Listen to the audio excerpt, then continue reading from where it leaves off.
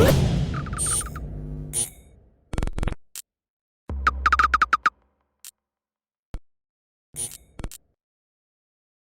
is Andi Purewal for Boxing Social in association with Betfred, and I'm delighted to be joined by Stephen Swifty Smith here in Texas. Swifty, how are you? How is life? Good, mate. All good. Excited to be here, and yeah, really looking forward to the weekend. It's a big fight week for yourself and for your family, and obviously for Callum getting in with Canelo. So far, speaking to you now, I've spoken to Paul, spoken to Liam. But for you yourself, kind of reflecting over this past year, I know Callum's wanted this fight for around about that period of time. What's gone through your mind in the entire process of kind of reaching this point where only a month ago we had it officially announced Callum would finally get to face Canelo Alvarez? Yeah. Same as most people, to be honest with you, thinking it's on, then it's not. Knowing Callum, obviously, my brother, I know he's agreed to the fight in the past, was basically told it was done, only to hear it was announced as someone else, so it's a bit frustrating. So basically I never knew it was done until it was announced. I watched the Instagram live like everyone else, and thought when he finally said Callum, I thought, okay, it's on, it's happening. So buzzing for Callum, because I know how much he wants this fight. In his own mind and in our minds, he's the best 168 in the world. You know what I mean? There's not a super middleweight on the planet who beats him, in our opinion, and that's what we're going into this weekend thinking. At the end of the day, Canelo Alvarez, pound for pound, number one, brilliant, fair enough. But you see him with Lomachenko for Lopez sometimes, when a man's just too big, a bigger, stronger man. Sometimes you can't really do the same things against the smaller men, and a good big man always beats a good little man, so they say. And we've got every confidence in Callum doing a job this Saturday.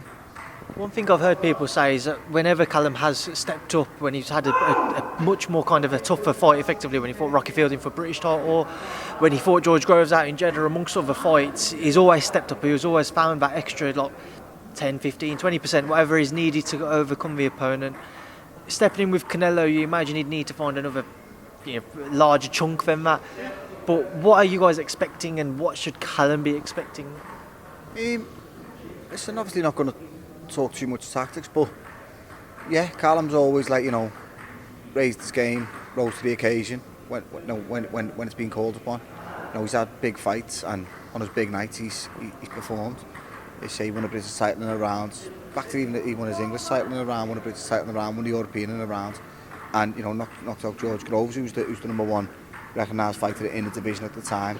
Took number one status when he became world champion, and still now he's done 168 in the world. And again, he goes into this fight. Yeah, he's got to raise his game. He's against a top fighter in Canelo Alvarez. Not one of us have ever said he's not. Do you know what I mean? We've seen him up close before when Liam fought, and we know always setting traps, a lot of tricks what he does. But we're confident in Callum's abilities, and if Callum does turn up, you get him at his best, 100%, which he needs to be. He knows it's the type of fight where if he's not at his best, he loses. So, if he gets in and he's at his best, with the size and reach advances he's got, and he's got a good game plan going in, we're confident. We know in the past, as you mentioned there, Liam shared the ring with Canelo, but how much can you guys take away from that going into Saturday night when Callum steps in the ring with Canelo? Yeah, listen, it's two different fights. A lot of people keep asking me about the revenge factor, and is it big on Callum's mind? Not really. It's just It's just bragging rights between brothers type of thing. That's all it is. He can have a laugh and joke with Paul. He knocked Groves out when Groves done Paul. It's a little bit of a bragging rights between brothers. But at the end of the day, if Liam had never fought Canelo Alvarez, Callum would still be as up for this fight as he is now. Callum would still want to win as much as he still wants to win. Beating Groves is about being world champion. It wasn't about revenge and Paul. But again, the bragging rights are there. But yeah, so back to what you asked with the Liam's fight. It's two completely different fights, of course. But there's good things you can take from it. There's things little pointers Liam's given, and Liam knows through being in with him things that the confidence will grows in the fight. Things that when you're in with him, you see sort of things he does well and things he doesn't. There's a lot to work on. There's a lot he's took from it, and in the conversations they've had with each other. And again, going back to it, if he's at his best, we're very confident. Once again, as we've mentioned, you'd have seen him up close when he fought Liam. But yesterday we saw Canelo and Callum come face to face for the first time. What did you make of it, and was it a surprise to you at all by just how much of a size difference there was? No, I expected it, because I remember Liam on the weigh-in doing head-to-head with Canelo, and looked bigger than him, as in taller than him and stuff. And the shock to me was when he got in the ring on fight night. He looked huge, do you know what I mean? But I think all them size advantages, what he's had. I've seen an interview this morning, lying in bed, and watched the interview with I think it was with Matthew Atton, and he was talking about, again, the size. He was like, oh my God, couldn't believe it, when he got in the ring. And it was the same with us with Liam, like huge, but he loses all them size advantages against Callum. Callum's the biggest super middleweight in the world, and when he gets in the ring, I don't care how much weight he puts on, he still won't lose like the height advantage, the reach advantage what Callum's got. So I do think a lot of his advantage, what he normally has, he loses in this fight. And I think the head-to-head yesterday sort of only sort of confirmed what we thought going into it, but I think it maybe even surprised them a bit, because I seen Eddie also sort of looking at Callum's legs, see what like shoes he had on and stuff. Like, I think they got a bit of a surprise, possibly at the actual size difference. But it's going to make for an interesting tactically as well. That what Canelo does. Does Canelo want to be close and on his chest all the time, or will he try and be cute and sort of? He does a lot of twitching movements and stuff like that. I don't know. It's going to be interesting seeing how he comes out and how he approaches the fight. Talking about weight and the advantages that Callum may well have heading into Saturday night, one thing that caused a lot of speculation was whether there was or wasn't a rehydration clause. Obviously, we know there isn't. Was you surprised that maybe Canelo didn't push for one, knowing how big Callum is at super middleweight? Or yeah, but he did. He got on and asked for one afterwards. The fight was announced. The fight was done. So Callum told him where to go. It was just one of them, basically. If it was part of negotiations before, and look, we'll only take this fight if this, and if there is this. Callum just said, okay, fine. Callum wants the fight, do you know what I mean? But they agreed, they announced the fight, and then they got on afterwards and asked for one. I just don't know. So they actually came back afterwards and said if there was any chance? I heard basically after the fight, yeah, it was asked for or something, but I don't know. You'd have to speak to Callum about that. But basically, the fight was done before any rehydration was even mentioned, so the fight's done. Moving forwards, obviously we're here in Texas, and as I've said to your brothers, I imagine you've all kind of dreamt of this moment for Callum. Unfortunately, it's not in the circumstances you'd have loved. You'd have loved to have seen him with a packed out stadium on Saturday. There'd have been thousands at the weigh-in, thousands at the press conference tuning in.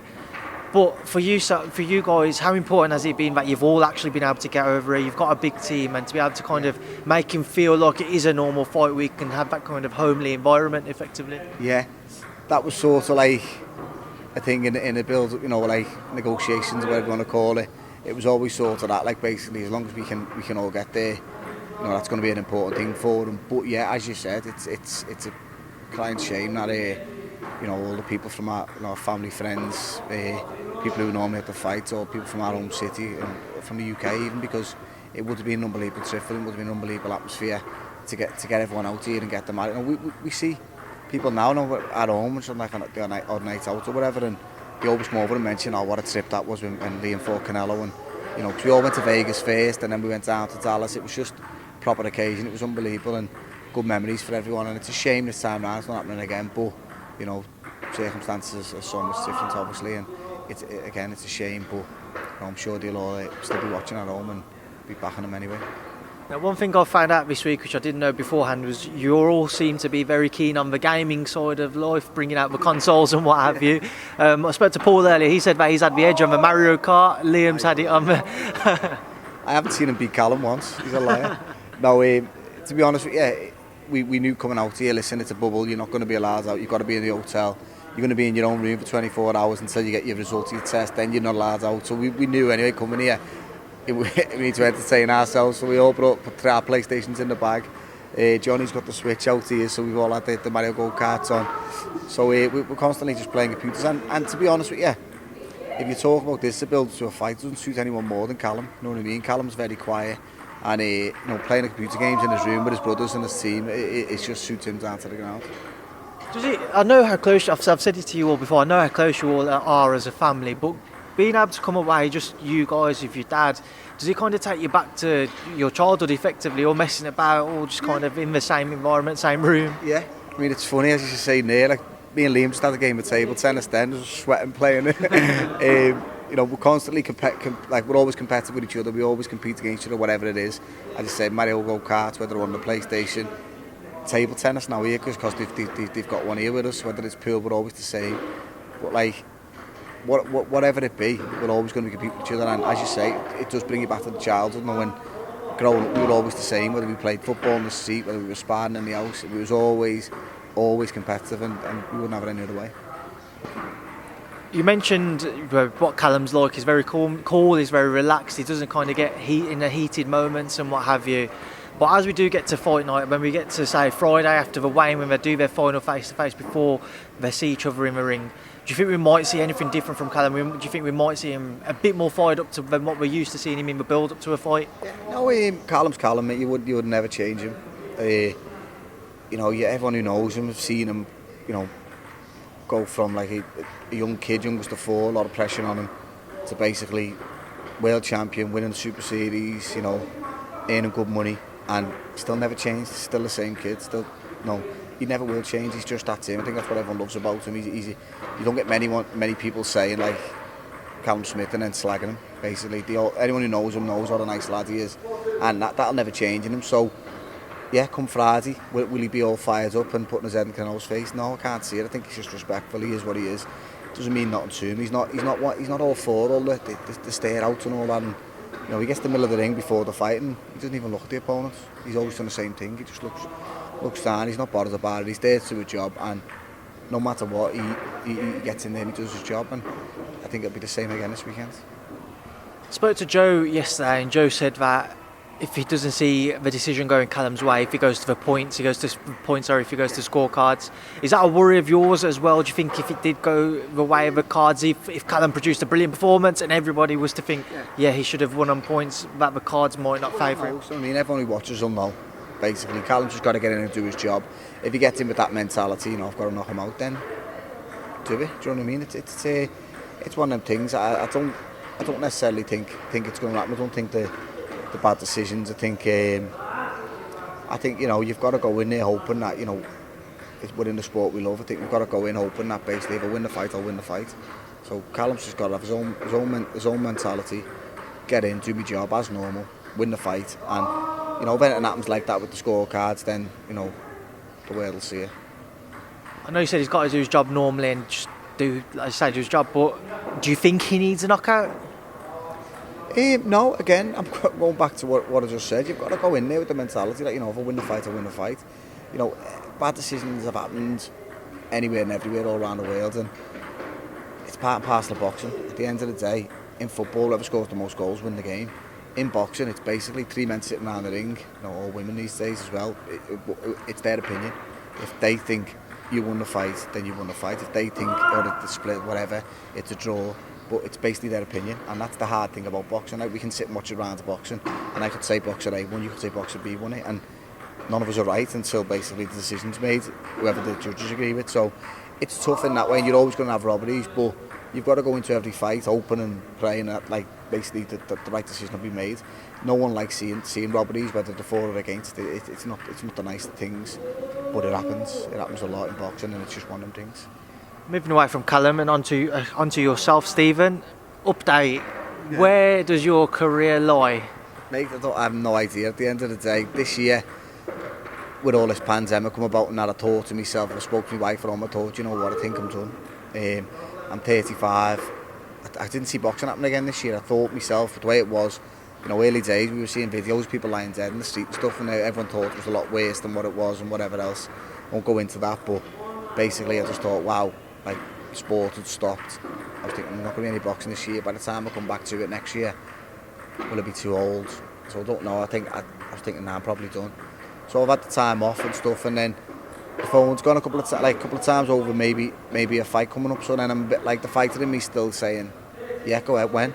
And it's a bit like, well, it won't be till after Christmas with all this and that. So I'm like, okay then, we'll bring me Christmas and we'll make decisions, you know what I mean? So I'm still undecided. If I had to sit here now, if the camera wasn't on me now, I was sitting with you, I'd probably say, nah mate, I'm done. Do you know what I mean? But it's just hard to, like, basically announce, and I'm not one of them, I don't really want to announce nothing anyway, but yeah, if I have to put money on it myself, I'd probably say, nah, I've had my last fight.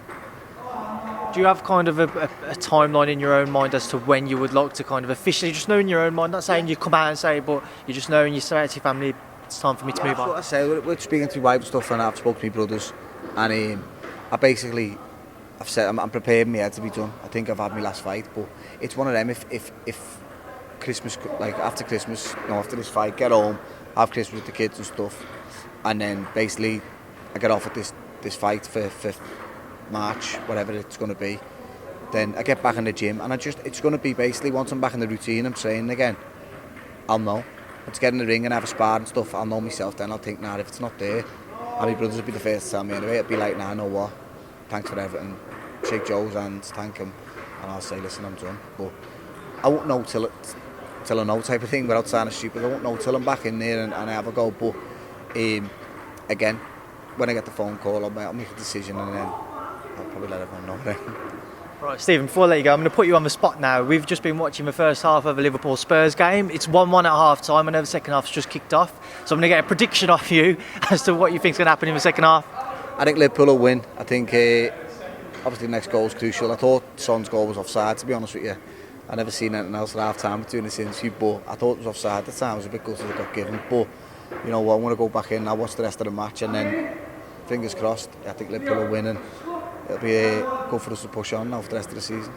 Right, Stephen, I'll leave it there. Leave you to enjoy the rest of the game and your day. I'm sure I'll speak to you the rest of this week. Thanks, Speak to Boxing Social. Thanks a lot, mate.